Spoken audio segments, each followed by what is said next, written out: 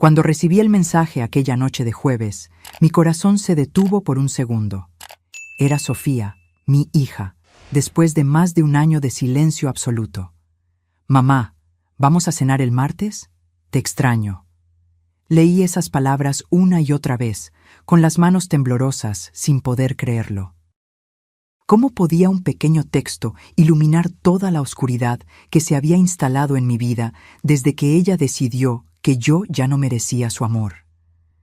Pero cuando llegué a su casa, algo inesperado sucedió. Pero antes de continuar, asegúrate de que ya estás suscrito al canal y escribe en los comentarios: ¿desde dónde estás viendo este video? Nos encanta saber hasta dónde están llegando nuestras historias.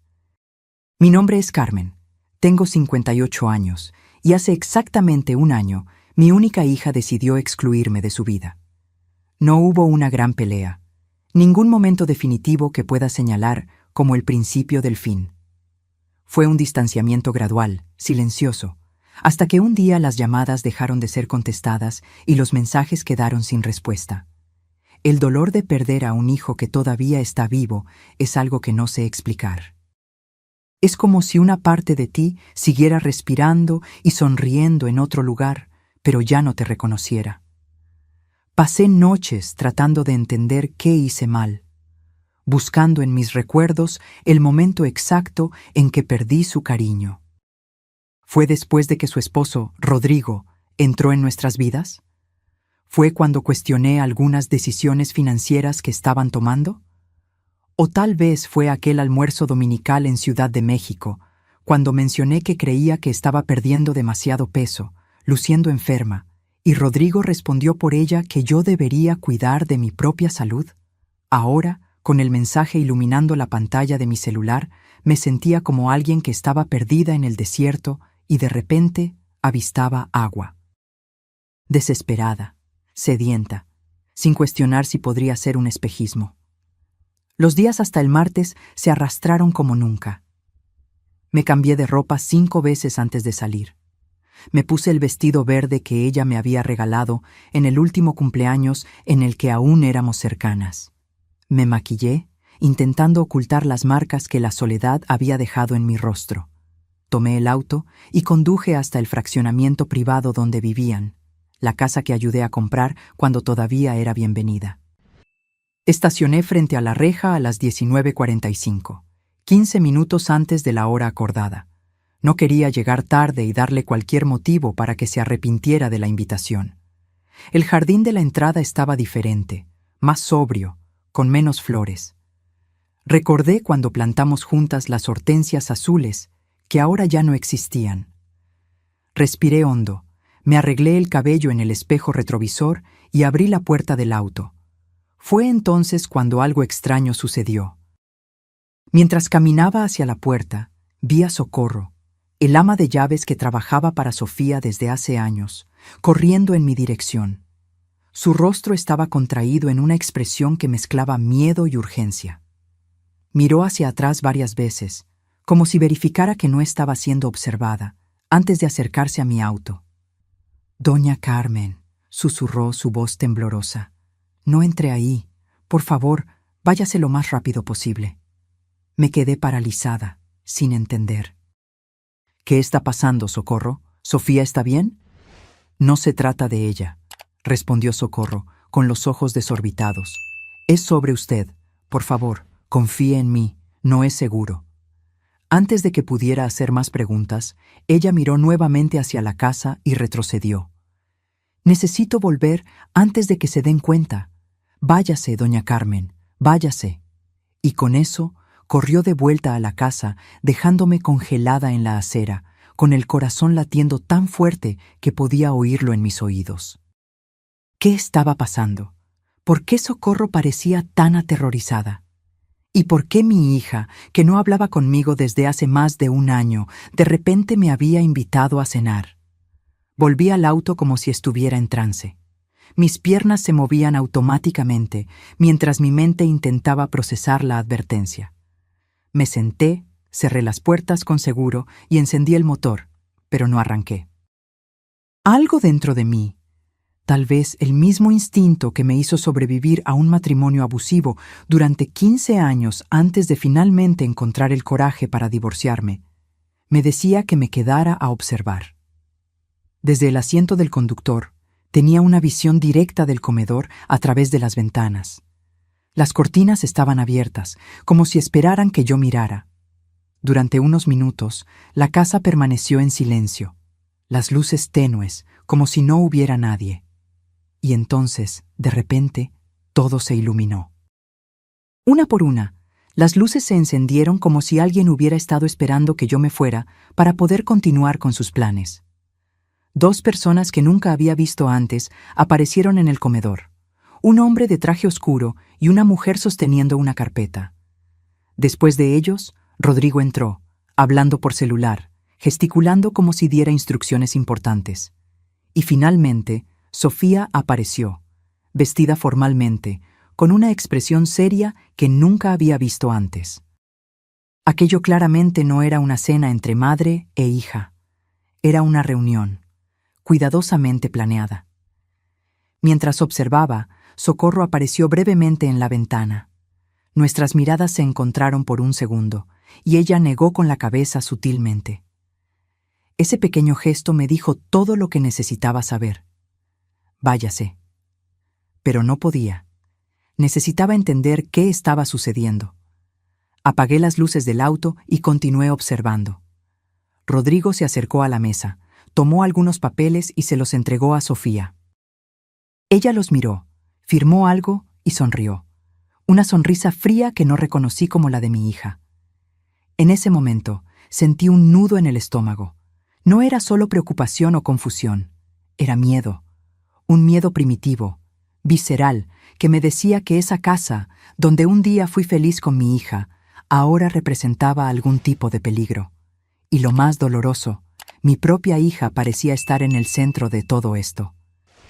15 minutos pasaron mientras permanecía paralizada, observando aquella extraña escena desarrollarse. Rodrigo salió de la sala y regresó con más papeles. Sofía revisó algo en una pantalla de tableta. Los 2 extraños continuaban allí, conversando entre sí. Parecía una reunión de negocios, no una cena familiar. Y entonces Rodrigo miró el reloj y luego la ventana, directamente en la dirección de mi auto. Instintivamente me agaché, con el corazón acelerado. Cuando volví a mirar, las cortinas estaban cerradas. La casa que un día fue el lugar donde acuné a mi hija para dormir, ahora se transformaba en un misterio amenazante frente a mí. Encendí el auto y me alejé conduciendo, pero no fui a casa. No podía. Estacioné en una gasolinera a unos cuantos kilómetros de allí, en las afueras de Monterrey, e intenté organizar mis pensamientos. ¿Qué tipo de trampa era esa? ¿Por qué Sofía me llamaría para una cena que claramente no existía? Y lo más importante, ¿qué sabía Socorro que la dejó tan asustada?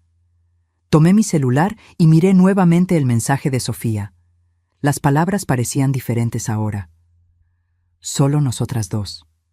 Tal vez no era una invitación a la reconexión, sino a algo mucho más sombrío. ¿La mujer que crié, que amé incondicionalmente, estaba tramando algo contra mí? La idea era tan dolorosa que las lágrimas comenzaron a rodar por mi rostro sin que me diera cuenta. Fui al baño de la gasolinera para lavarme la cara. En el espejo vi a una mujer que apenas reconocía. Cabello grisáceo, ojeras profundas, una mirada asustada. ¿Esa era yo ahora? ¿En eso me había transformado el dolor de perder a mi hija? Me apoyé en el lavamanos y respiré hondo. No podía desmoronarme. Necesitaba descubrir qué estaba pasando. De vuelta en el auto, me di cuenta de que tenía una llamada perdida. Era de un número desconocido. Segundos después, el celular vibró con un mensaje. Doña Carmen, soy yo, Socorro. Necesitamos hablar. Mañana, mediodía, en la cafetería de la terminal de autobuses del norte. Es importante. No le cuente a nadie. Aquella noche no pude dormir. Cada vez que cerraba los ojos, veía el rostro de Sofía firmando aquellos papeles, Rodrigo mirando el reloj, la expresión de terror en los ojos de Socorro. ¿Qué estaban planeando?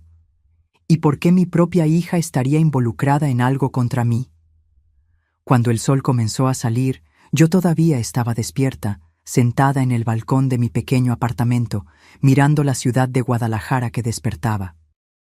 La gente en las calles parecía tan normal, tan ajena al torbellino que estaba sucediendo en mi vida. ¿Cómo sería despertar sin el peso de saber que la persona que más amas en el mundo tal vez quiere lastimarte? A medida que el reloj se acercaba al mediodía, una determinación crecía dentro de mí. Iría a ese encuentro con Socorro y descubriría la verdad, por dolorosa que fuera, porque la incertidumbre, me di cuenta, era aún más insoportable que cualquier verdad. La terminal de autobuses estaba concurrida como siempre. Personas apuradas corriendo para no perder sus autobuses, familias despidiéndose, adolescentes con mochilas enormes esperando sus transportes. Me sentía fuera de lugar allí, una mujer de mediana edad sola, buscando respuestas a preguntas que ni siquiera sabía cómo formular. La cafetería quedaba en un rincón apartado, un lugar pequeño con mesas de formica y sillas de plástico.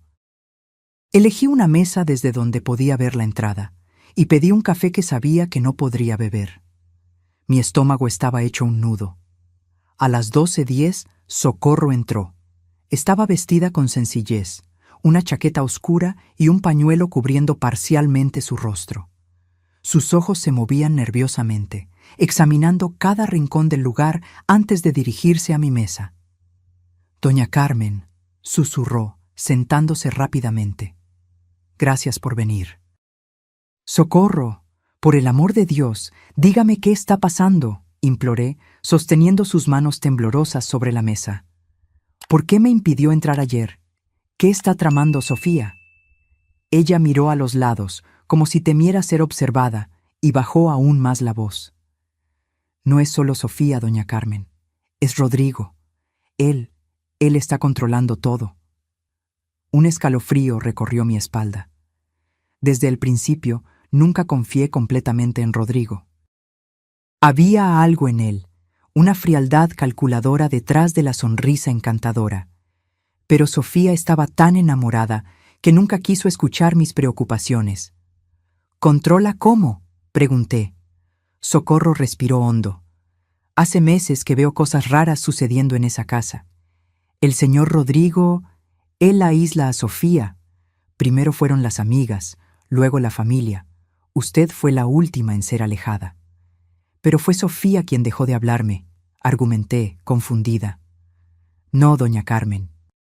Fue él quien la convenció de que usted estaba intentando controlar su vida, que no respetaba sus elecciones.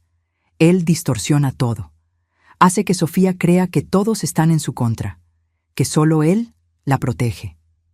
Socorro hizo una pausa, sus ojos húmedos. «Ella está perdiendo peso porque él controla hasta lo que come. Dice que necesita mantenerse en forma, que a nadie le gustan las mujeres gordas». Sentí náuseas. Las piezas comenzaban a encajar. El distanciamiento gradual, los cambios en el comportamiento de Sofía, el modo en que comenzó a repetir frases que parecían ensayadas. «¿Y la cena de ayer? ¿Por qué invitarme?». Socorro bajó aún más la voz. Escuché una conversación entre ellos. El señor Rodrigo dijo que necesitaban su firma en algunos documentos, algo sobre la casa que usted ayudó a comprar y unas acciones que el papá de Sofía le dejó a ella, cosas que usted todavía tiene algún control. El departamento que ayudé a Sofía a financiar cuando se casó todavía estaba parcialmente a mi nombre. Y las acciones que mi exesposo, padre de Sofía, dejó cuando falleció, yo era la administradora hasta que ella cumpliera 35 años, lo que sucedería en pocos meses. ¿Iban a hacerme firmar papeles para transferir todo a ellos? No solo eso. Socorro dudó, sus ojos fijos en los míos. Escuché al señor Rodrigo hablando con un hombre por teléfono. Él dijo: «Después del martes, todo será nuestro y nadie va a cuestionar. La vieja no va a estorbar más». Mi sangre se heló. La vieja. ¿Así se refería Rodrigo a mí cuando creía que nadie estaba escuchando?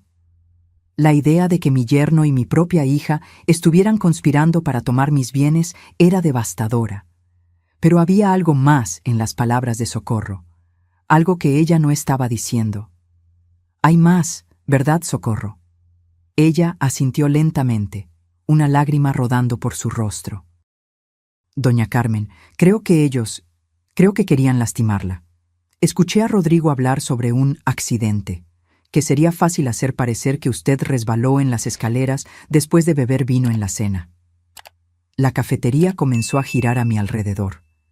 ¿Mi propia hija, contemplando mi muerte? No, no podía ser.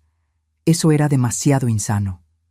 Sofía jamás estaría de acuerdo con eso, dije, más para mí misma que para Socorro.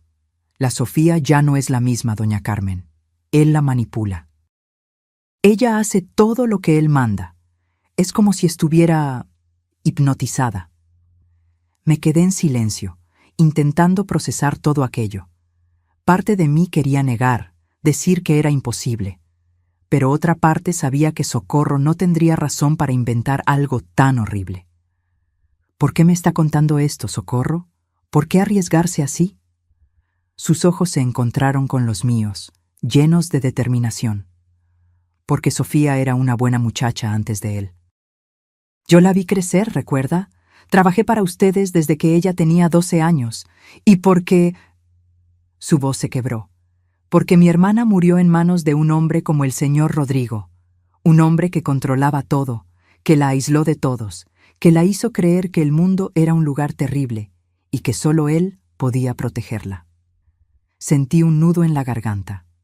Socorro estaba arriesgando su empleo, tal vez incluso su seguridad, para alertarme. ¿Tiene pruebas de algo? ¿Algo que pueda ayudarnos? Ella asintió y sacó una pequeña grabadora de su bolso.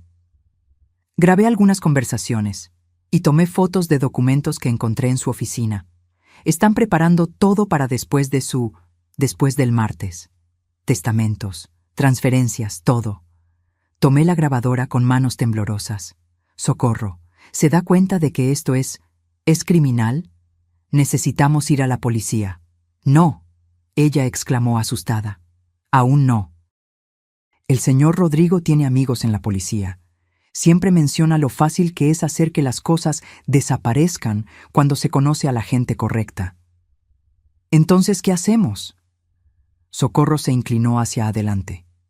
Primero, usted necesita protegerse. No puede volver a su apartamento. Ellos saben dónde vive, saben su rutina. Necesitamos que se quede en algún lugar seguro mientras descubrimos más. ¿Y Sofía?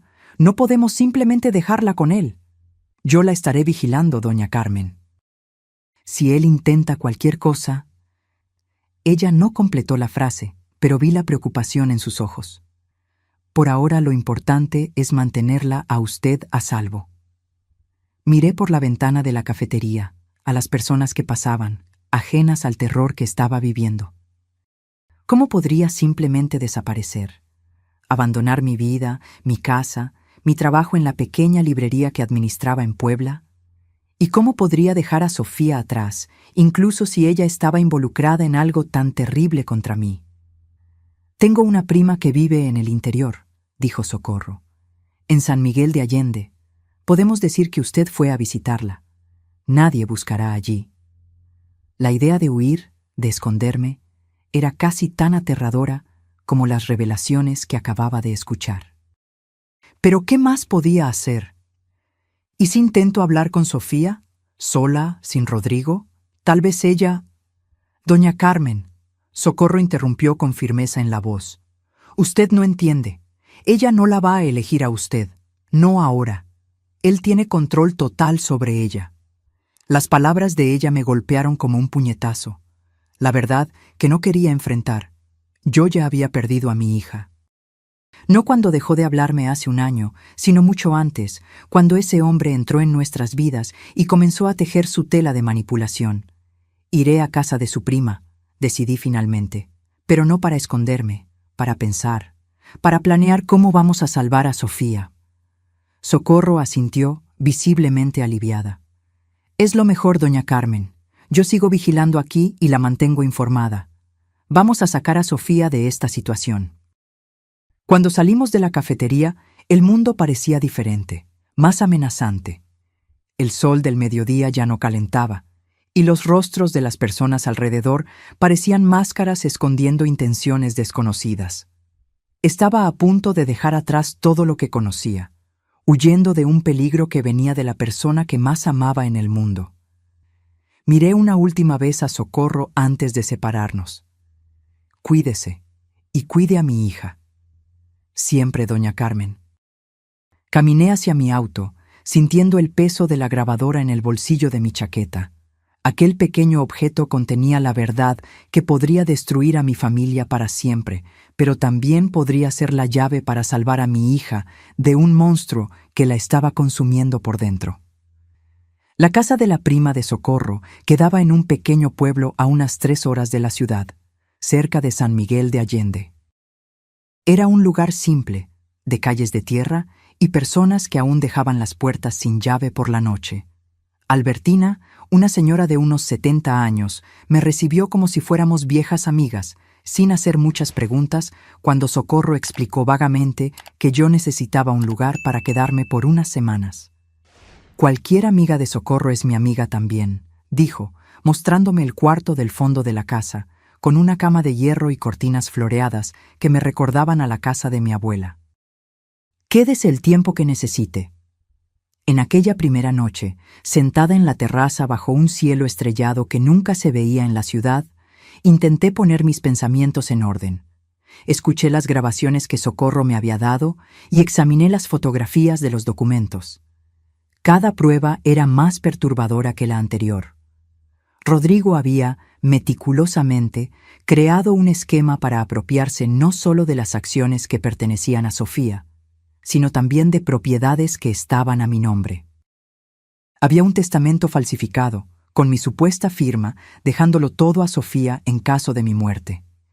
Y otros documentos, transferencias, poderes, todo con falsificaciones de mi firma, esperando solo fechas para ser registrados.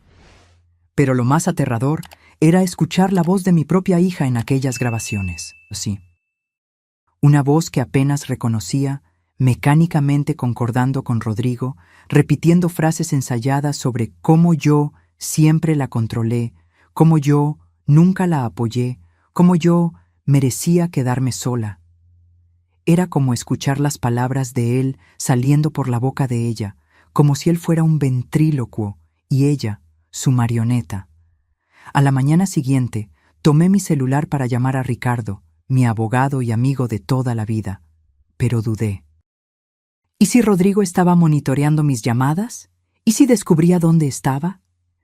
Decidí ser más cautelosa. Usé el teléfono fijo de la casa de Albertina para llamar de un número que Rodrigo no conocía. ¿Carmen? Ricardo contestó sorprendido. ¿Dónde estás? Llamé varias veces a tu celular. Necesité salir de la ciudad por unos días, respondí vagamente. Ricardo, necesito tu ayuda, pero tiene que ser discreto. Expliqué la situación de la forma más resumida posible, sin entrar en detalles por el teléfono. Ricardo escuchó en silencio, ocasionalmente haciendo preguntas puntuales. «Esto es grave, Carmen», dijo finalmente. «Si tienes pruebas de lo que estás diciendo, necesitamos ir a la policía inmediatamente». «Aún no», repliqué, recordando la advertencia de Socorro. «Rodrigo tiene contactos. Necesitamos ser estratégicos». «Entonces, ¿qué sugieres?» «Necesito pruebas más concretas. Algo que no pueda ser ignorado o encubierto». Ricardo se quedó en silencio por unos segundos. «Tengo un amigo en la Policía Federal. Alguien fuera del círculo local. Puedo hablar con él, sin mencionar nombres todavía». «Haz eso», concordé. «Mientras tanto, necesito que hagas algo por mí. Ve a mi apartamento y busca una carpeta azul en el fondo de mi armario. Hay documentos importantes allí». «¿Tu llave de repuesto todavía está en el mismo lugar?» «Sí, con doña Lupe del 302». En los días siguientes, establecí una rutina en casa de Albertina. Durante el día, ayudaba en los quehaceres domésticos para mantener la mente ocupada. Por la noche, Revisaba las pruebas, tomando notas, conectando los puntos. Socorro me enviaba mensajes cortos de un teléfono de prepago, actualizándome sobre la situación en la casa. Rodrigo está nervioso, preguntando por usted. Sofía parece confundida. Escuché una discusión. Él está haciendo llamadas extrañas. Menciona plan B. Cada mensaje aumentaba mi ansiedad. ¿Qué sería ese plan B? ¿Y cómo estaba reaccionando Sofía a mi desaparición? Parte de mí quería correr de vuelta, confrontarlos, exigir explicaciones. Pero otra parte sabía que eso sería suicidio. Si realmente estaban planeando matarme, aparecer sin un plan solo aceleraría el proceso. En el cuarto día, Ricardo me llamó. Logré hablar con mi contacto en la Federal. Está interesado en el caso, pero necesita más detalles. Y, Carmen, fui a tu apartamento. El tono de su voz me alarmó. ¿Qué pasó? Alguien estuvo allí. El lugar estaba revuelto, la carpeta azul, no la encontré. Mi sangre se heló. La carpeta contenía documentos originales de las propiedades, de las acciones, testamentos legítimos. Era mi seguridad en caso de que algo me sucediera. Están un paso por delante de nosotros, murmuré. ¿Hay más?, continuó Ricardo. Hay una investigación sobre ti. ¿Qué? ¿Qué tipo de investigación? Parece que alguien denunció irregularidades en la librería, evasión fiscal, lavado de dinero. Es completamente absurdo, pero está en curso. La estrategia de Rodrigo quedaba clara. Si yo aparecía, sería para enfrentar acusaciones criminales. Un escándalo público que facilitaría la toma de todo lo que yo había construido. ¿Y Sofía? ¿Conseguiste hablar con ella? Ricardo suspiró. Lo intenté. Ella no contesta mis llamadas. Fui a su casa y el guardia de seguridad no me dejó entrar. Dijo que no estaba recibiendo visitas. La situación estaba empeorando más rápido de lo que imaginaba. No solo estaban intentando borrar mi existencia financiera, sino también mi reputación. Era una trampa perfecta. Si me quedaba escondida, perdería todo. Si aparecía, sería arrestada. Necesitamos actuar más rápido, decidí. ¿Tu contacto en la Federal puede iniciar una investigación sin alertar a la policía local? Posiblemente, pero necesitaría pruebas concretas. Tengo grabaciones, fotografías de documentos. ¿Será suficiente para empezar? Tal vez. Voy a verificar. Cuando colgué, me di cuenta de que Albertina estaba en la puerta de la cocina, observándome con preocupación. «Problemas serios, ¿verdad?», preguntó, sentándose a la mesa conmigo. Asentí, sin entrar en detalles. Ella tomó mis manos entre las suyas, arrugadas por el tiempo y el trabajo. «Sabes, mi hija, cuando yo era joven, mi marido me pegaba. Todos los días, por cualquier cosa. Yo creía que lo merecía, que así funcionaban las cosas. Hasta que un día le pegó a nuestro hijo. Fue entonces que me di cuenta, no se trataba de mí, se trataba de él, del poder que él quería tener sobre nosotros». La miré, sorprendida por la súbita confesión. «Lo que estoy diciendo», continuó ella, «es que a veces necesitamos ver a alguien que amamos ser lastimado para entender que estamos siendo lastimadas también. Tu hija está en peligro, ¿verdad?» «Sí», admití, «pero ella no lo ve». «Porque él no la deja ver. Así es como funcionan. Aísla, controlan, hacen que la persona dude de su propio juicio, y cuando finalmente despierta, ya es demasiado tarde». «¿Cómo escapaste?». El rostro de Albertina se iluminó con una sonrisa triste. «No escapé. Él murió. Tuvo un ataque al corazón durante una de sus crisis de ira. Dios tiene un sentido del humor peculiar, ¿verdad?». Se levantó, arreglándose el delantal. «Pero tú todavía puedes salvar a tu hija, y a ti misma». Cuando ella salió, me quedé pensando en sus palabras. Tal vez Albertina tenía razón. Tal vez el problema nunca había sido entre Sofía y yo. Era Rodrigo quien había creado esa división, alimentándola con mentiras y manipulaciones. Y si mi hija estaba repitiendo aquellas frases horribles sobre mí, no era porque las creyera, sino porque él la había programado para decirlas. Aquella noche, recibí un mensaje de Socorro que lo cambió todo. Él está planeando llevársela. Lo escuché hablando sobre una casa en el extranjero. Dice que ustedes dos nunca más se verán. ¿Llevársela? ¿A dónde? ¿Por qué? Las preguntas giraban en mi mente. Si Rodrigo conseguía sacar a Sofía del país, yo realmente podría no volver a verla. Y si ya había logrado transformarla tanto en solo 2 años, ¿qué haría cuando la tuviera completamente aislada, sin nadie para cuestionarlo? No podía esperar más. No podía confiar en que el sistema legal actuaría a tiempo. Mi hija estaba en peligro inmediato, aunque ella no se diera cuenta. Necesitaba sacarla de las garras de Rodrigo antes de que fuera demasiado tarde. Tomé mi celular y llamé a Ricardo. «Cambio de planes», dije tan pronto como contestó. «No vamos a esperar por la investigación formal. Necesitamos actuar ahora». «¿Qué tienes en mente?» «Un rescate», respondí, sorprendida por la firmeza en mi propia voz. «Vamos a sacar a mi hija de esa casa, y tú me vas a ayudar». Los siguientes 2 días se dedicaron a la elaboración de un plan que, en circunstancias normales, yo consideraría insano. Pero nada estaba normal desde hacía mucho tiempo.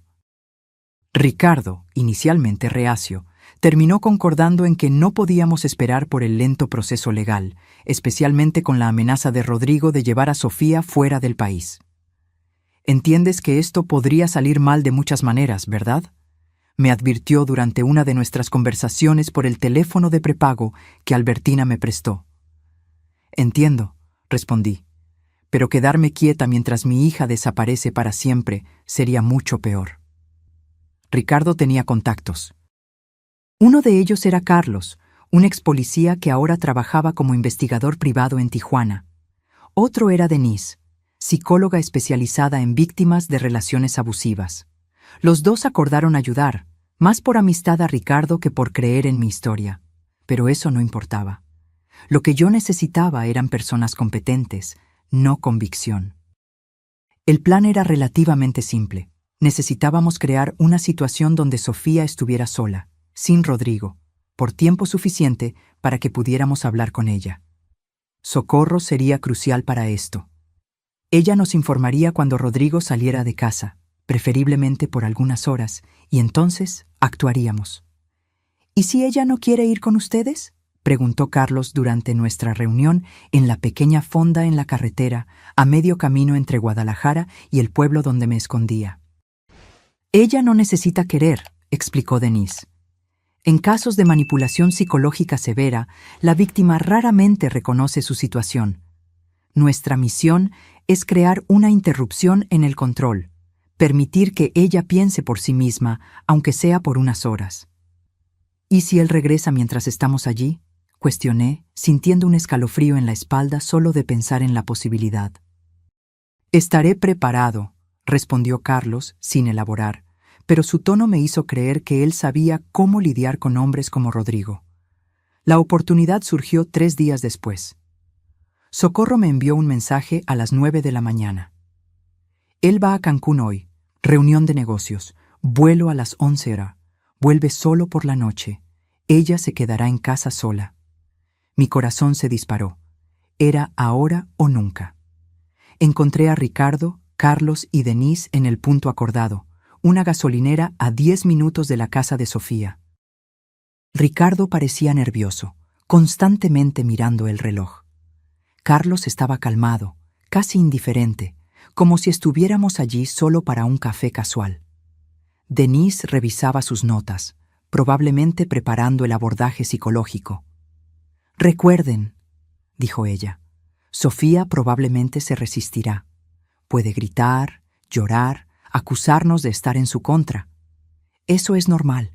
Lo importante es mantener la calma y transmitir seguridad». A las 3:08 recibimos la confirmación de Socorro.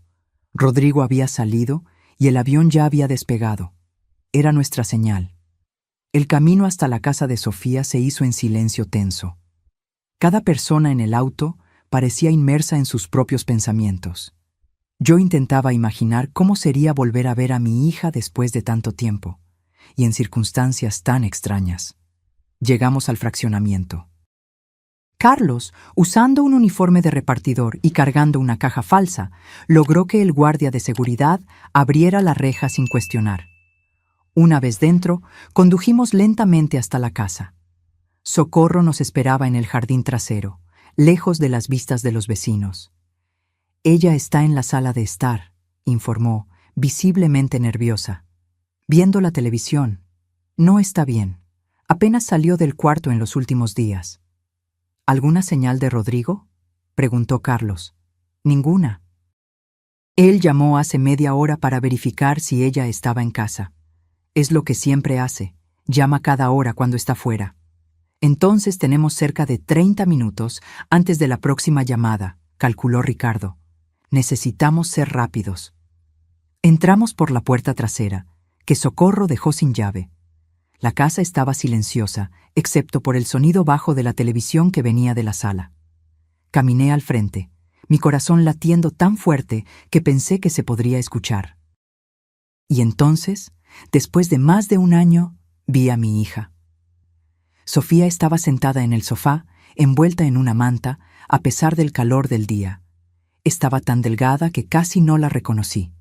Su cabello, antes largo y brillante, estaba sin vida, recogido en un moño descuidado. Ojeras profundas marcaban su rostro pálido. Mi linda hija, siempre tan llena de vida, parecía un fantasma de sí misma. Ella no notó nuestra presencia de inmediato, absorta en algún programa de televisión que ni siquiera parecía estar realmente viendo. Cuando finalmente me vio, sus ojos se abrieron de golpe por el shock. «¿Mamá?», susurró, como si no creyera lo que estaba viendo. «Hola, hija», respondí, intentando mantener la voz firme a pesar de las lágrimas que amenazaban con caer. Ella se levantó bruscamente, dejando caer la manta. Vestía un pijama holgado que acentuaba aún más su delgadez alarmante. «¿Qué estás haciendo aquí? ¿Cómo entraste?». Percibí inmediatamente el miedo en su voz. No era solo sorpresa, era pánico. «Necesitamos hablar, Sofía», dije, dando un paso en su dirección. «Estoy preocupada por ti». Ella retrocedió, mirando nerviosamente a los extraños que me acompañaban. «Ustedes no pueden estar aquí. Rodrigo va a volver pronto. Tienen que irse». «Tu marido está en Cancún», informó Carlos con calma. «No regresará hasta la noche». El pánico en los ojos de Sofía aumentó. «¿Cómo saben eso? ¿Me están vigilando? Voy a llamar a la policía». Ella buscó frenéticamente su celular, pero Socorro ya lo había quitado de la sala tal como acordamos. Denise dio un paso al frente, su voz suave y controlada. «Sofía, mi nombre es Denise. Soy psicóloga y estoy aquí para ayudar. No estamos aquí para lastimarte, solo queremos hablar». «No necesito ayuda», Sofía respondió automáticamente, como si repitiera algo que había escuchado muchas veces. «Estoy perfectamente bien». «Ustedes son los problemáticos, siempre interfiriendo en mi vida». Las palabras me golpearon como puñaladas, pero Denise me había preparado para esto. Eran las palabras de Rodrigo, no de Sofía. «Hija», intenté nuevamente, «tú me invitaste a cenar. ¿Recuerdas? El martes pasado. Me enviaste un mensaje». Sofía pareció confusa por un momento. «Yo no envié nada». «Sí enviaste», insistí, mostrándole el mensaje en mi celular. Ella miró la pantalla, la confusión aún más evidente. «Ese es mi número, pero yo no escribí eso». «Fue Rodrigo, ¿verdad?», pregunté gentilmente. «Él tomó tu celular y envió ese mensaje fingiendo ser tú». Sofía abrió la boca para negar, pero luego la cerró nuevamente, como si algo estuviera haciendo clic en su mente. Él dijo que sería bueno que nos reconciliáramos, que sentía que yo estaba triste por no hablar más contigo, pero después dijo que tú cancelaste, que no querías verme. Yo fui, Sofía, a la hora acordada. Pero Socorro me impidió entrar porque escuchó a Rodrigo planeando algo contra mí. Sofía miró a Socorro, que asintió silenciosamente. «Es verdad, niña. Escuché que él estaba hablando sobre hacer parecer un accidente. sobre cómo usted heredaría todo después de que su mamá se cayera en las escaleras. No, Sofía murmuró, sacudiendo la cabeza. Él no haría eso. Él me ama. Él me protege. ¿Te protege de qué, Sofía?, preguntó Denise, su voz aún calma. ¿Del mundo? ¿De las personas que te aman? Mírate a ti misma. ¿Estás feliz? ¿Estás saludable? ¿O estás asustada todo el tiempo? Sofía comenzó a llorar, sus hombros temblando bajo el peso de las preguntas. Yo quería correr hacia ella, abrazarla, decir que todo estaría bien, pero Denise había sido clara. Necesitábamos mantener distancia emocional en este primer momento. Sofía necesitaba procesar. Él dice que ustedes no me entienden, sollozó, que quieren controlarme, que solo él sabe lo que es mejor para mí. ¿Y tú crees eso?, pregunté suavemente. Yo ya no sé qué creer, admitió, luciendo de repente exhausta. Estoy tan cansada. Fue en ese momento que me di cuenta de cuánto daño tenía mi hija. No solo físicamente, sino emocionalmente, psicológicamente.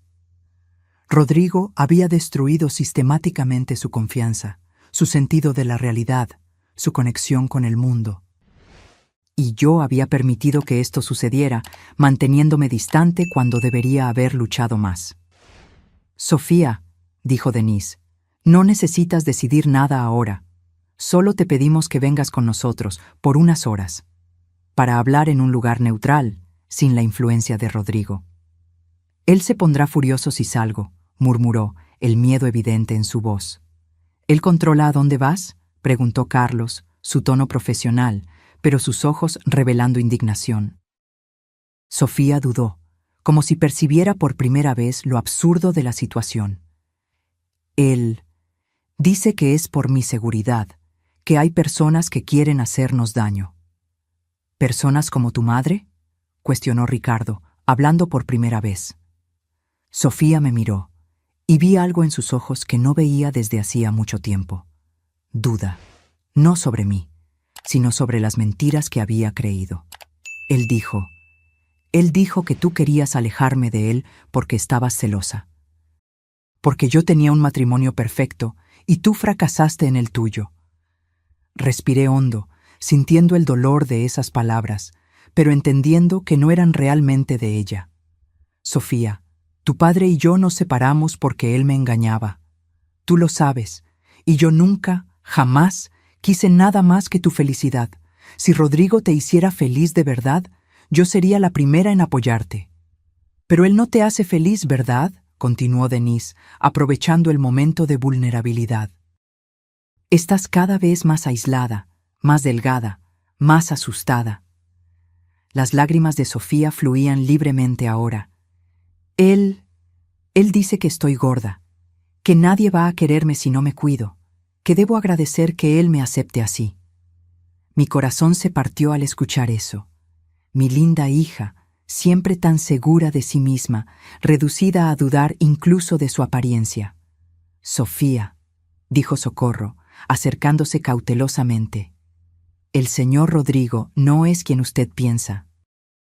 Él la está manipulando, así como manipuló los documentos de su madre. ¿Qué documentos?, preguntó Sofía confundida.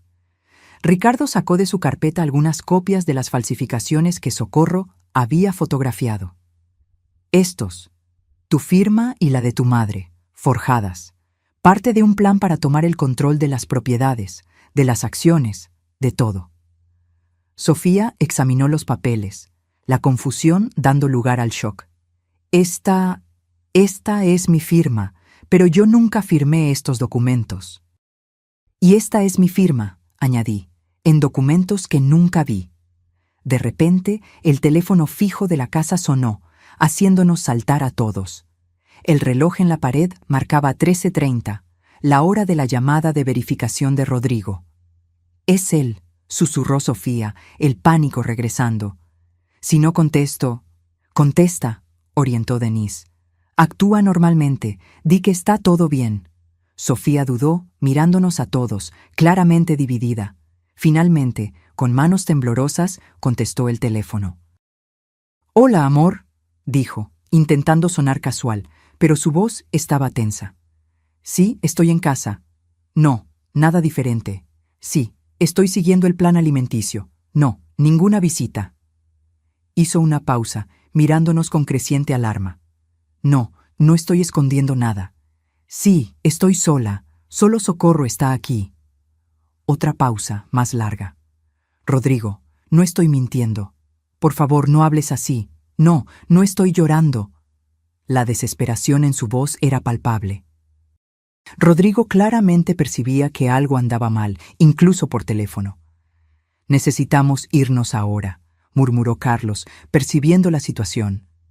«Sofía», susurré, «ven con nosotros, por favor». Ella me miró, el teléfono aún en su oído, lágrimas silenciosas rodando por su rostro. Entonces, en un momento de claridad que me dio esperanza, le dijo al teléfono: «Rodrigo, necesito colgar. No me estoy sintiendo bien». Y colgó, ignorando el timbre inmediato que siguió. «Va a llamar al guardia de seguridad», dijo ella, tomando rápidamente un bolso. «Tenemos que irnos antes de que bloquee las rejas». No hubo tiempo para celebrar esa pequeña victoria. Salimos rápidamente por la parte trasera, exactamente como entramos. Carlos fue a buscar el auto mientras esperábamos en el jardín, tensos, atentos a cualquier movimiento. «Él me va a encontrar», murmuró Sofía, abrazándose a sí misma. «Él siempre me encuentra». «No esta vez», prometí, finalmente permitiéndome tocar su brazo. «Esta vez estoy aquí, y no voy a dejar que te lastime de nuevo». Cuando el auto llegó, entramos rápidamente. Carlos conducía rápido, pero no lo suficiente para llamar la atención. En el espejo retrovisor, vi al guardia de seguridad del fraccionamiento saliendo de la caseta, mirando alrededor, probablemente buscando a Sofía a pedido de Rodrigo. Estábamos en la carretera cuando el celular de Socorro sonó. Ella contestó, pálida. «Señor Rodrigo, no sé dónde está. Salí a hacer las compras». Ella colgó temblando. «Está furioso. Está tomando el primer vuelo de vuelta». «¿Cuánto tiempo tenemos?», preguntó Ricardo. 2, tal vez 3 horas, si consigue un vuelo inmediato». No era mucho tiempo, pero tendría que ser suficiente. Yo miraba a Sofía, sentada a mi lado, pareciendo al mismo tiempo aliviada y aterrorizada. Ella había dado el primer paso, el más difícil, pero la batalla estaba apenas comenzando. «¿A dónde vamos?», preguntó ella, su voz pequeña. «A un lugar seguro», respondí, sosteniendo su mano. «Un lugar donde él no puede alcanzarte». Y mientras el auto seguía por la carretera, llevándonos lejos de aquella casa de horrores, sentí una mezcla de miedo y determinación. Rodrigo vendría tras nosotros, con toda su rabia y recursos.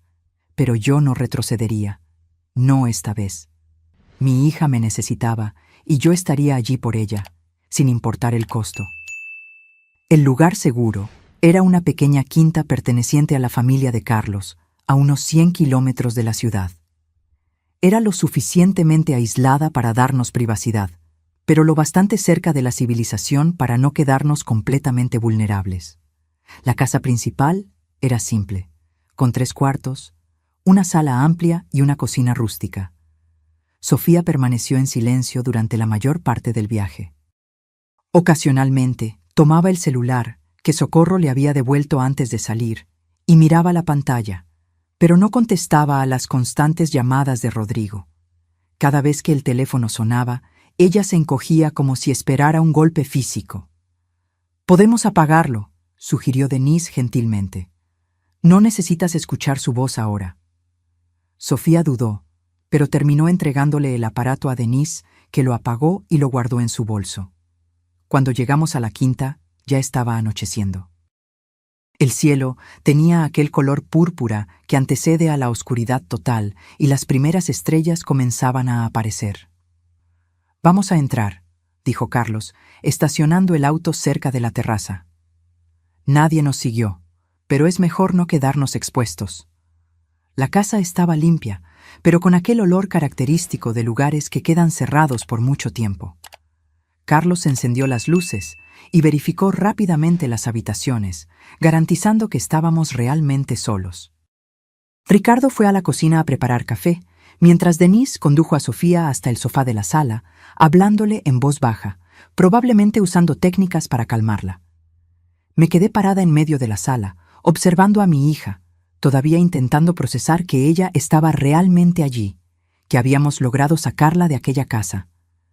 Parecía irreal, como un sueño del que yo tenía miedo de despertar. «Ustedes necesitan hablar», dijo Denise levantándose. «Voy a ayudar a Ricardo en la cocina». Me senté al lado de Sofía, manteniendo una distancia respetuosa. Ella estaba encorvada sobre sí misma, como si intentara ocupar el mínimo espacio posible. Sus manos finas y pálidas se retorcían nerviosamente sobre su regazo. «¿Cómo te sientes?», pregunté, sabiendo que era una pregunta tonta, pero sin saber por dónde más empezar. Ella se encogió de hombros, un gesto que me recordó tanto a la adolescente que fue un día. Confundida, asustada. «Yo no sé qué estoy haciendo aquí». «Estás aquí porque parte de ti sabe que algo anda mal», respondí suavemente, aunque sea difícil admitirlo. Sofía levantó los ojos hacia mí y vi en ellos una mezcla de rabia, miedo y confusión. «Tú odias a Rodrigo. Siempre lo has odiado. Desde el principio». «No, Sofía, yo desconfié de él cuando me di cuenta de cómo te estaba cambiando, cómo te estaba alejando de todos los que te amaban». «Él me protege», respondió automáticamente, pero su voz careció de convicción. «¿De qué, hija? ¿De quién? ¿De tu madre que solo quiere verte feliz? ¿De tus amigos que no ves desde hace más de un año? ¿De tu vida que abandonaste por él?». Ella no respondió, pero vi lágrimas formándose en sus ojos. «Sofía, mírate a ti misma», continué, intentando no sonar acusatoria. «Estás tan delgada que apenas te reconocí. Estás asustada por una llamada de tu propio marido. Vives aislada, sin amigos, sin familia. ¿Eso es protección o es prisión?». Una lágrima se escapó y se deslizó por su mejilla.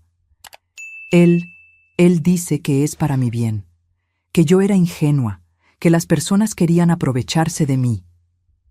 «¿Y quién se aprovechó de ti, hija? ¿Tus amigos que te llamaban todos los días hasta que dejaste de contestar? ¿Yo, que te llamé por meses sin respuesta? ¿O el hombre que controla lo que comes, a dónde vas, con quién hablas?». Ella cubrió su rostro con las manos, sollozando silenciosamente. Quería abrazarla, pero sabía que necesitaba dejarla procesar sus propias emociones. Sofía necesitaba llegar a sus propias conclusiones. «¿Cuándo fue la última vez que te sentiste verdaderamente feliz?», pregunté después de un momento. Ella levantó el rostro, pensativa. «Yo, no sé, antes, creo, antes de que todo se volviera tan complicado. Antes de que él comenzara a aislarte, antes de hacerte dudar de ti misma y de todos a tu alrededor». Sofía asintió lentamente, como si estuviera admitiendo algo para sí misma por primera vez. Al principio era diferente. Él era atento, cariñoso, me hacía sentir especial. «Así es como funcionan», dijo Ricardo, volviendo a la sala con una bandeja de café. «Empiezan haciéndote sentir como la persona más importante del mundo. Luego, lentamente, van disminuyéndote, aislándote, hasta que dependas completamente de ellos». Sofía lo miró, curiosa. «¿Cómo sabes eso?». Ricardo colocó la bandeja en la mesa y se sentó en el sillón frente a nosotras. Mi hermana pasó por algo parecido. Tardamos años hasta que nos dimos cuenta de lo que estaba pasando. Cuando finalmente logramos sacarla de esa situación, apenas era la persona que conocíamos. «¿Y cómo está ahora?», preguntó Sofía, una chispa de esperanza en sus ojos. «Mejor. No completamente recuperada.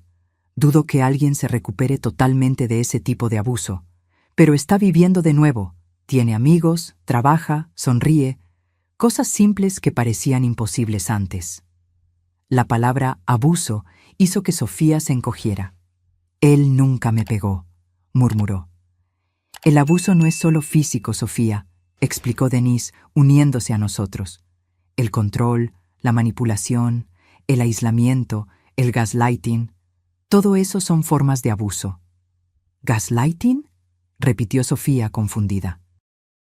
Es cuando alguien te hace dudar de tu propia percepción de la realidad, cuando dice que cosas que sucedieron no sucedieron o que estás imaginando cosas, cuando transforma tus preocupaciones legítimas en paranoia. Sofía se quedó en silencio, y pude ver los engranajes girando en su mente, conectando puntos, reviviendo recuerdos bajo una nueva luz. Él hace eso, admitió finalmente, su voz casi inaudible. Cuando digo que estoy preocupada por algo, dice que estoy exagerando. Cuando recuerdo algo que él dijo o hizo, jura que nunca sucedió, que estoy confundiendo las cosas. Y cuando alguien como tu madre intenta alertarte, continuó Denise, él te convence de que esa persona tiene un motivo oculto, que está intentando separarlos por celos o maldad. Sofía me miró, la comprensión lentamente formándose en sus ojos. Él decía que tú eras controladora, que querías que yo fracasara para seguir dependiendo de ti. Yo solo quería que fueras feliz, hija, respondí, sintiendo mi propia voz quebrarse. Y yo podía ver que estabas desapareciendo delante de mis ojos. El celular de Carlos sonó, interrumpiendo nuestro momento. Él contestó rápidamente y su expresión se puso grave. Está en la casa de Albertina, informó colgando. Uno de mis contactos en la policía me alertó. Rodrigo logró rastrear una llamada que hiciste desde allí, Carmen. Está furioso, amenazando a todo el mundo. Mi sangre se heló. ¿Albertina está bien? Sí, ella no estaba en casa, pero está interrogando a los vecinos, mostrando fotos tuyas y de Sofía. Es cuestión de tiempo hasta que alguien mencione que las vio salir juntas. Sofía palideció aún más, si eso era posible. Él nos va a encontrar, susurró, el pánico evidente en su voz. No, no va a hacerlo, garantizó Carlos. Nadie sabe de esta quinta, excepto personas de total confianza. Y estamos preparados si intenta algo. ¿Preparados cómo?, pregunté alarmada. Carlos abrió su chaqueta, revelando una pistola en la cintura. Soy ex policía, ¿recuerdas? Tengo porte legal. Y no dudaré en usarla si amenaza a cualquier persona aquí. La visión del arma me dejó inquieta, pero también extrañamente aliviada. Rodrigo no era el tipo de hombre que retrocedería ante palabras o amenazas vacías. Él era peligroso, y tal vez necesitábamos protección real. ¿Qué haremos ahora?, preguntó Ricardo. Él está claramente dispuesto a todo para encontrarlas. Necesitamos las pruebas que tenemos e ir a la Policía Federal, decidí. Mañana temprano, tan pronto como amanezca. Cuanto más esperemos, más peligrosa se vuelve la situación. De acuerdo, dijo Carlos. Tengo un amigo que puede acompañarnos hasta la delegación, garantizar que seamos escuchados por las personas correctas. Miré a Sofía, que temblaba ligeramente. ¿Estás dispuesta a testificar contra él? ¿A contar lo que te hizo a ti, a nuestra familia? Ella dudó, el miedo todavía evidente en sus ojos, pero entonces, lentamente, asintió. Sí, estoy cansada de vivir así, cansada de tener miedo todo el tiempo. Aquellas simples palabras me llenaron de esperanza. Mi hija estaba volviendo, lentamente, encontrando su voz, su fuerza. Entonces está decidido, declaró Ricardo. Mañana temprano vamos a la delegación. Esta noche descansamos. Carlos organizó un esquema de vigilancia. Él y Ricardo se turnarían para garantizar que nadie se acercara a la casa durante la noche. Denise preparó un leve sedante para Sofía, que estaba obviamente exhausta, tanto física como emocionalmente. La acompañé hasta uno de los cuartos, donde ella se acostó sin siquiera cambiarse de ropa.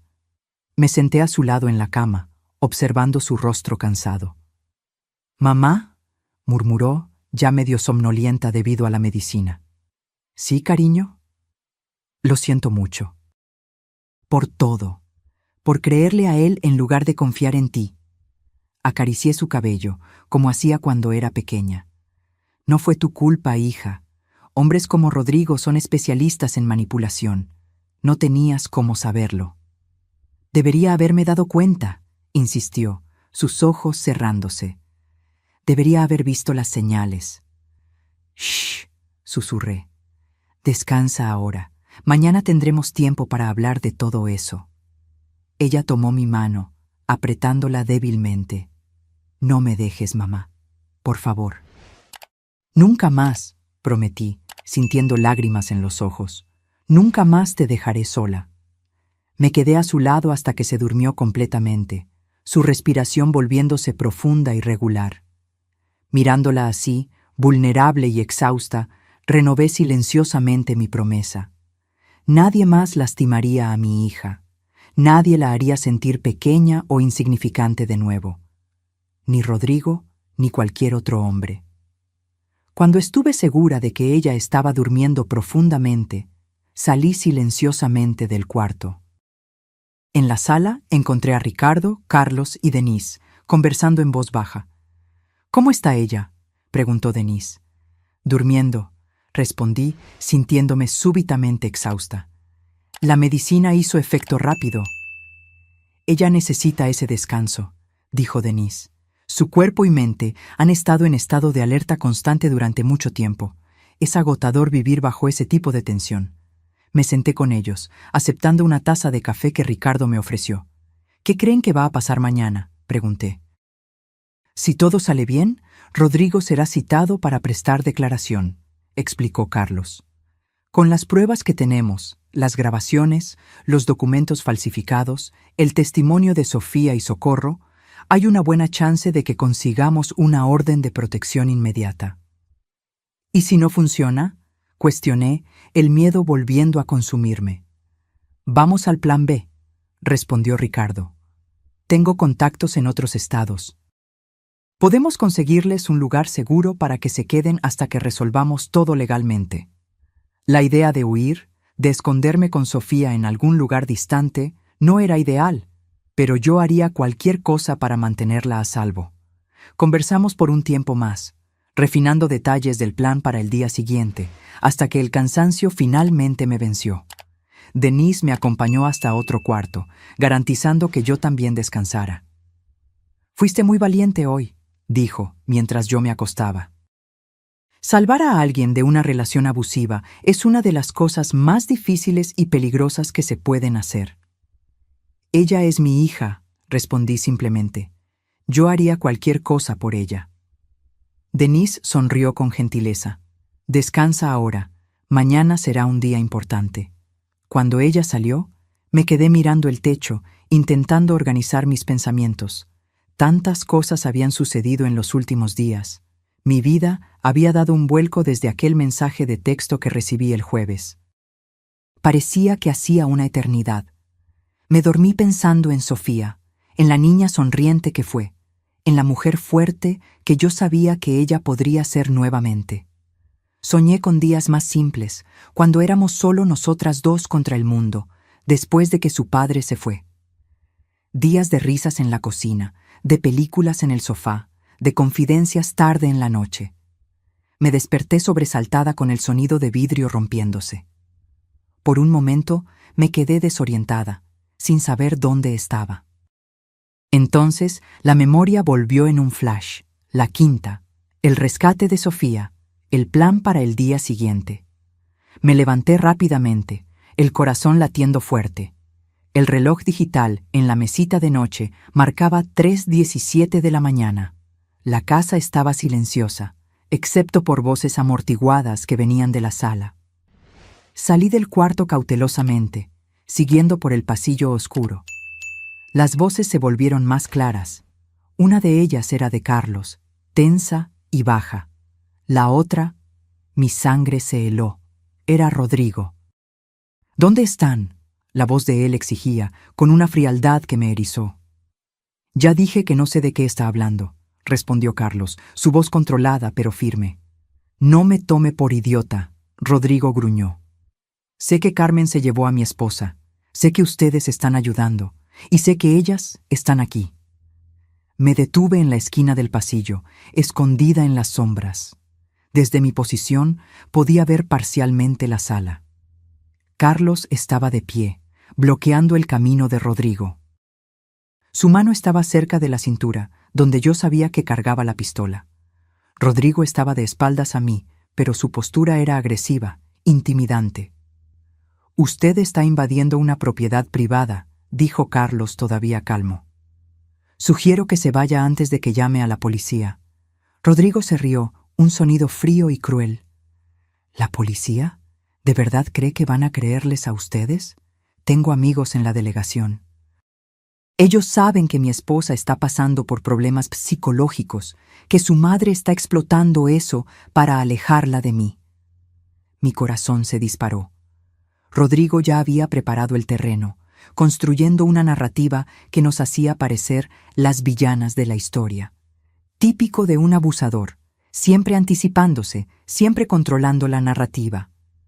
«No estoy solo, ¿sabe?», continuó Rodrigo, dando un paso hacia Carlos. «Tengo gente ahí afuera. Si usted no me lleva a Sofía ahora, las cosas se van a poner muy feas». Vi la mano de Carlos moverse hacia el arma. «Le estoy pidiendo una vez más, salga de esta casa, ahora». El tiempo pareció congelarse. Yo sabía que estaba a punto de presenciar algo horrible. Si Rodrigo avanzaba, Carlos sacaría la pistola. Si Carlos sacaba la pistola, Rodrigo reaccionaría. Alguien podría salir herido o peor. Fue entonces cuando escuché una puerta abriéndose detrás de mí. Me giré y vi a Sofía saliendo del cuarto, sus ojos abiertos de miedo. «Es él», susurró. «Nos encontró». Antes de que pudiera detenerla, Sofía pasó por mi lado y entró en la sala. «Rodrigo», ella llamó, su voz temblando. Ambos hombres se giraron hacia ella. El rostro de Carlos mostraba alarma. El de Rodrigo, una mezcla de triunfo y rabia contenida. «Querida», Rodrigo dijo, su tono súbitamente dulce, aunque sus ojos permanecieran fríos. «Estaba tan preocupado por ti. Vamos a casa ahora, ¿sí?» Él extendió la mano hacia ella, pero Sofía no se movió. Estaba parada en medio de la sala, temblando visiblemente, pero manteniéndose firme. «No», dijo, la palabra saliendo como un suspiro. El rostro de Rodrigo se endureció. «¿Qué dijiste?» «Dije no», Sofía repitió un poco más alto esta vez. «No voy a volver contigo». Entré en la sala, colocándome al lado de Sofía. Ricardo y Denise aparecieron de otros cuartos, claramente alertados por la conmoción.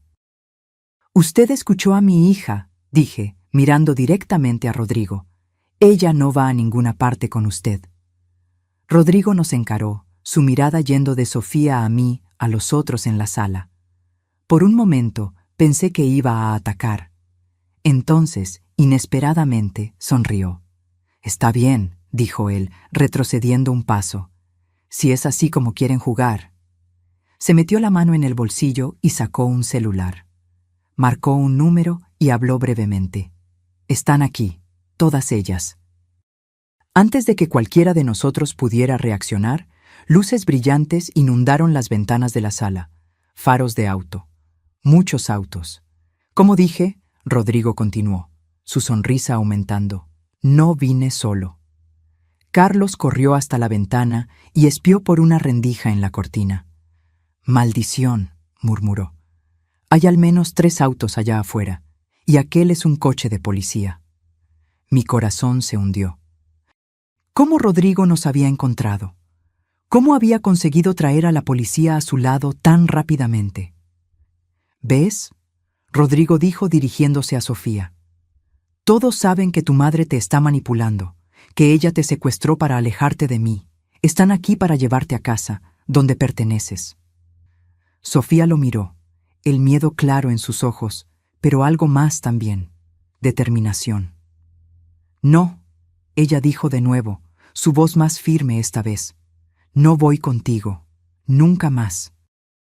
La sonrisa de Rodrigo vaciló, dando lugar a una expresión de furia desnuda. «No tienes elección, Siseo. Eres mi esposa. Haces lo que yo digo. Siempre lo has hecho. Siempre lo harás».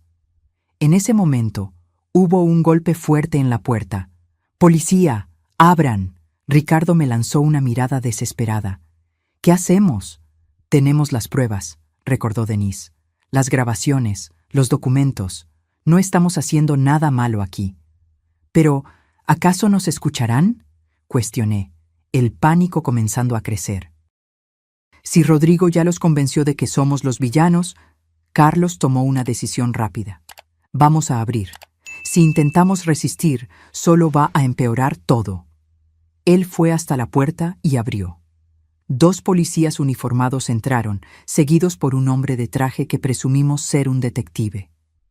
«¿Qué está sucediendo aquí?», preguntó el detective, mirando alrededor de la sala. Rodrigo inmediatamente asumió el papel de marido preocupado. «Detective Méndez, como le expliqué, mi esposa desapareció ayer. Su madre la convenció de huir. Solo estoy intentando traerla a casa». El detective miró a Sofía. «Señora, ¿es verdad esto? ¿Usted está aquí por voluntad propia?». Antes de que Sofía pudiera responder, Rodrigo intervino. «Ella no está bien, detective. Tiene historial de problemas emocionales. Está confundida». La rabia creció dentro de mí. «Mi hija no tiene problema alguno», exclamé. «Es ese hombre el que la ha manipulado y abusado psicológicamente por años». El detective me miró con escepticismo. «Señora, tenemos un informe oficial de que usted puede haber secuestrado a su propia hija». «Eso es absurdo», protestó Ricardo. «Nosotros tenemos pruebas de abuso, de manipulación, documentos falsificados, testimonios». «¿Va a creerles a ellos?». Rodrigo se rió, dirigiéndose al detective. «Son amigos de ella. Obviamente van a decir cualquier cosa para encubrirla». El ambiente estaba tenso, con todos hablando al mismo tiempo. Los policías parecían confusos, mirando de un grupo a otro, claramente sin saber en quién creer. Fue entonces cuando Sofía dio un paso al frente. «Yo quiero hacer una denuncia», dijo, su voz sorprendentemente clara y firme. La sala se quedó en silencio. Todas las miradas se giraron hacia ella. «¿Denuncia de qué, señora?», preguntó el detective. «Abuso psicológico y emocional», respondió Sofía. «Falsificación de documentos. Intento de fraude, tal vez incluso intento de homicidio». Rodrigo palideció. «Estás delirando», siseó. «Nadie va a creer eso». «Yo tengo pruebas», continuó Sofía, ignorándolo. Se giró hacia Denise, que rápidamente le entregó su bolso. De dentro, Sofía sacó el grabador que Socorro me había dado. «Aquí están grabaciones de mi marido discutiendo planes para forjar la firma de mi madre, para tomar control de sus propiedades. También hay grabaciones de él hablando sobre un accidente que mi madre sufriría durante una cena que nunca fue planeada para suceder». El detective tomó el grabador, mirándolo con interés. «Esto es serio, señora. ¿Está segura de lo que está diciendo?». «Absoluta», respondió Sofía. Entonces, lentamente, desabrochó la manga de su blusa y la enrolló, revelando hematomas en los brazos, marcas de dedos, claramente visibles contra su piel pálida. «Y esto», ella dijo, «es lo que sucede cuando yo discrepo de él, cuando no como exactamente lo que él determina, cuando hablo con alguien sin su permiso». Miré los brazos de mi hija, sintiendo náuseas. ¿Cómo no me di cuenta? ¿Cómo no vi las señales físicas de abuso? Pero claro, Rodrigo era demasiado listo para dejar marcas donde las personas podían ver. Y nos había mantenido alejadas por tanto tiempo. El detective miró a Rodrigo, su expresión ahora muy seria. «Señor, creo que necesitamos conversar en la delegación». «Esto es ridículo», Rodrigo explotó, su control finalmente quebrándose. «Ella está mintiendo, todos ellos lo están». Él dio un paso en dirección a Sofía, su rostro contorsionado de rabia, pero los policías rápidamente lo interceptaron, sujetándolo por los brazos. «Creo que es mejor que nos acompañe ahora, señor», dijo uno de los policías. «No entienden», Rodrigo continuaba, debatiéndose. «Ella es mía. No puede dejarme. Yo hice todo por ella». Mientras los policías lo arrastraban hacia afuera, Rodrigo continuaba gritando amenazas e insultos. Sofía estaba parada, observando, una única lágrima rodando por su rostro. Cuando la puerta finalmente se cerró, dejando la sala en un silencio pesado, Sofía se giró hacia mí. Sin decir una palabra, cayó en mis brazos, sollozando como una niña. «Se acabó», susurré, acariciando su cabello. «Se acabó, hija. Estás a salvo ahora». Pero sabía que no había acabado. Era apenas el inicio de una larga jornada. Rodrigo sería probablemente liberado bajo fianza. Habría investigaciones, declaraciones, tal vez un juicio, y el camino para la recuperación de Sofía sería largo y difícil. Pero por primera vez en más de un año sentí esperanza. Mi hija había encontrado su voz, su coraje. Ella había dado el primer paso para salir de aquel ciclo de abuso, y yo estaría a su lado a cada paso del camino. Los meses que siguieron fueron difíciles, como esperábamos. Rodrigo fue liberado bajo fianza, como previmos, pero con una orden de restricción que le impedía acercarse a Sofía o a mí. Él violó esa orden 3 veces en las primeras semanas, lo que resultó en su prisión preventiva mientras el caso era investigado. Sofía y yo nos mudamos a un pequeño apartamento en otra ciudad, Querétaro, donde nadie nos conocía.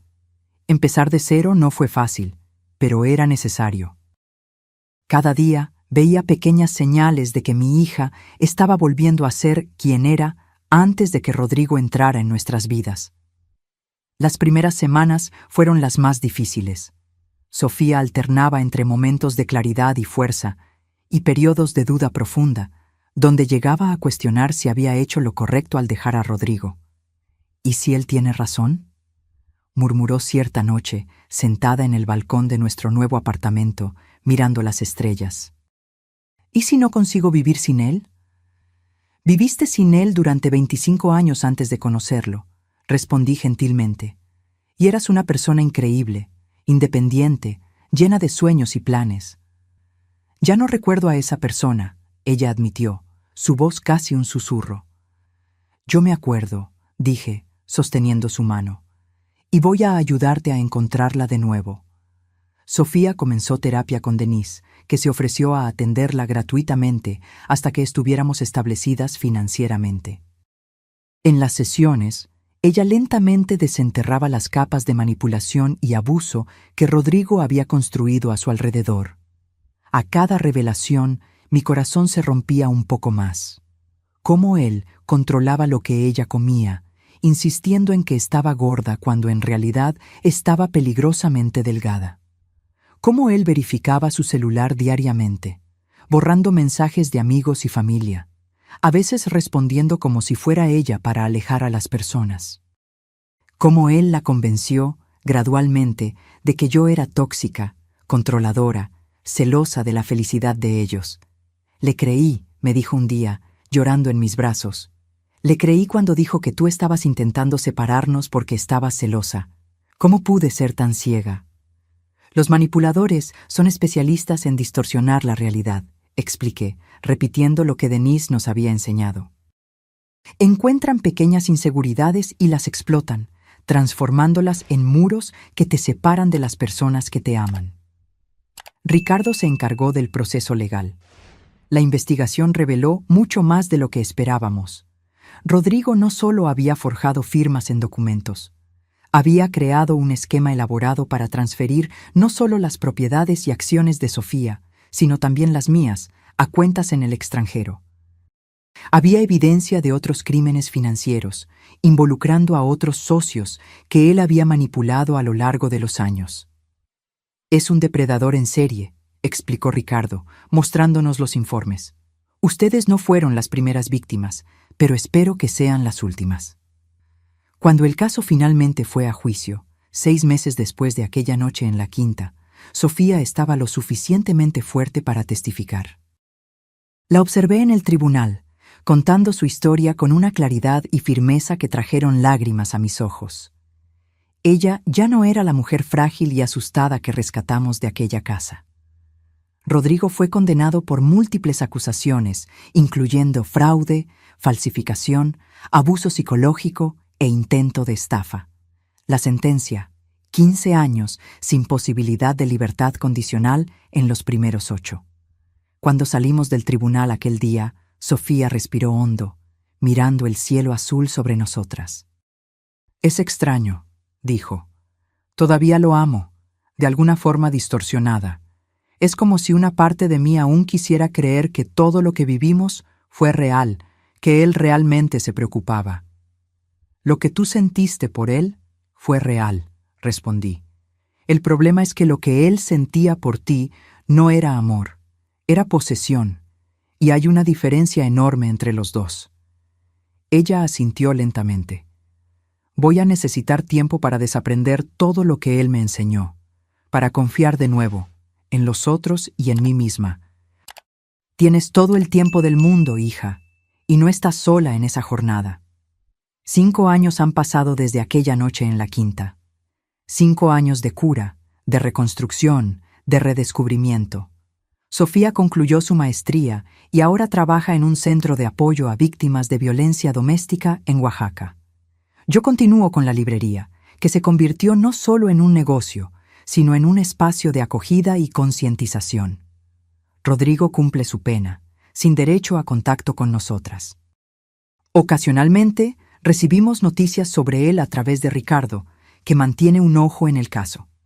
Aparentemente, encontró una nueva víctima por correspondencia, una mujer que cree estar comunicándose con un empresario injusticiado. Las autoridades fueron alertadas y la comunicación está siendo monitoreada. Algunas cicatrices nunca desaparecen completamente. Hay momentos en que Sofía se sobresalta con un ruido repentino, o en que su mirada se vuelve distante cuando algo le hace recordar aquellos años. Hay noches en que aún tengo pesadillas sobre lo que podría haber sucedido si no hubiéramos actuado a tiempo. Pero también hay momentos de alegría pura, de libertad, de paz. Como hoy, en una tarde de domingo, cuando recibimos amigos para un almuerzo en el jardín del pequeño sobrado que compramos juntas. Sofía está sonriendo, conversando animadamente con un grupo, su confianza restaurada, su belleza interior nuevamente visible para todos. Socorro está aquí también. Dejó el empleo en la casa de Rodrigo, que fue vendida para pagar indemnizaciones, y ahora trabaja con nosotras en la librería. Ella y Sofía desarrollaron una amistad fuerte, unidas por la experiencia compartida. Ricardo, Carlos y Denise se convirtieron en parte de nuestra familia elegida. Nos reunimos regularmente, no solo para recordar el pasado, sino para celebrar el presente y planear el futuro. Mientras observo esa escena, mi hija feliz, rodeada de personas que realmente se preocupan por ella, siento una gratitud profunda, no solo por haber sobrevivido, sino por haber aprendido a vivir de nuevo, de verdad. Sofía me ve observando y sonríe, aquel sonrisa que ilumina sus ojos y calienta mi corazón. Se disculpa con los amigos y viene hacia mí, sentándose a mi lado en el banco del jardín. «¿En qué estás pensando?», me pregunta, apoyando la cabeza en mi hombro, como hacía cuando era niña. «En lo extraña que es la vida», respondo. «En cómo a veces necesitamos pasar por el infierno para encontrar el camino de vuelta a casa». Ella asiente, comprendiendo perfectamente. «¿Sabes lo que aprendí con todo esto?», dice después de un momento de silencio. «¿Qué, hija?». «Que el amor verdadero no encarcela, no controla, no disminuye. El amor verdadero libera, fortalece, hace crecer». Ella aprieta mi mano. «Como el tuyo por mí». Lágrimas silenciosas ruedan por mi rostro. 5 años atrás, yo estaba desesperada, sentada en mi auto, observando a mi hija a través de una ventana, intentando entender cómo habíamos llegado a aquel punto. Hoy, ella está aquí, a mi lado, libre de las cadenas invisibles que la sujetaban.